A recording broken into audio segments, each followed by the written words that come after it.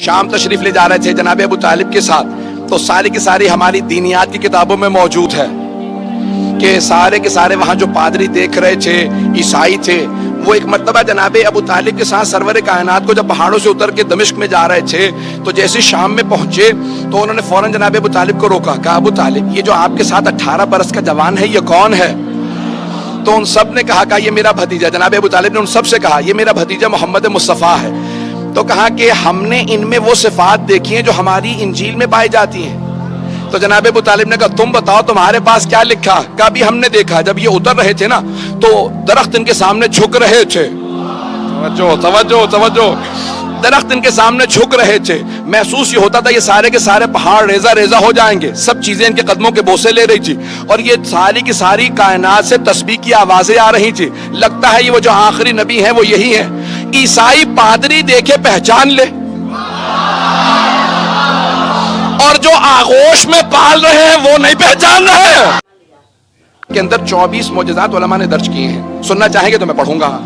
جس میں مبارک میں علماء نے لکھا رسول اسلام کے 24 معجزات کا، جہاں سے بھی رسول خدا گزرتے تھے سر پہ ایک ابر رہتا تھا، ایک بادل رہتا تھا، کیونکہ خالق کو یہ برداشت نہیں تھا کہ ان کے سائے پہ کسی کے پاؤں آ جائے، ان کے سائے پہ بھی کسی کے پاؤں نہ آئے۔ اب اگر کبھی کسی نواسے کو کاندھوں پہ سوار کریں تو پھر ماننا پڑے گا خالق کی اجازت تھی۔ میں بہت تیز سے گزروں گا۔ تو پیغمبر اسلام نے پیغمبر اسلام سے متعلق 24 معجزات علماء نے درج کیے ہیں۔ پہلا، سر پہ ہمیشہ ابر رہتا تھا، ایک بادل رہتا تھا۔ دوسرا، قد آور سے قد آور آدمی جب پیغمبر کے سامنے آتا تو رسول اسلام سر سے لے کے گردن تک اونچے نظر آتے تھے۔ کوئی بھی بلند قامت سے بلند قامت آدمی پیغمبر کے سامنے آتا تو سر سے لے کے گردن تک چھوٹا نظر آتا تھا۔ پیغمبر بہت زیادہ لمبے نہیں تھے لیکن وہ آدمی پھر بھی چھوٹا نظر آتا تھا۔ صحابہ کہتے تھے یا رسول اللہ یہ کیا ماجرا ہے؟ کہا میرے خالق کو منظور نہیں کوئی مجھ سے اونچا نظر آئے۔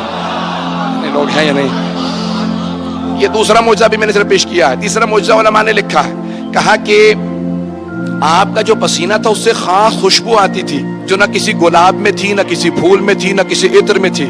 آپ کے پسینے سے خاص خوشبو آتی تھی، توجہ ہو، پسینے سے خاص خوشبو آتی تھی، جسم مطہر سے خاص خوشبو آتی تھی، ایسی خوشبو آتی تھی کہ جہاں سے آپ گزر جاتے تھے 1 سے 2 دن تک کافر و مشرک جب وہاں آتے تھے تو سونگ کے بتاتے تھے لگتا ہے محمد گزرے ہوں گے۔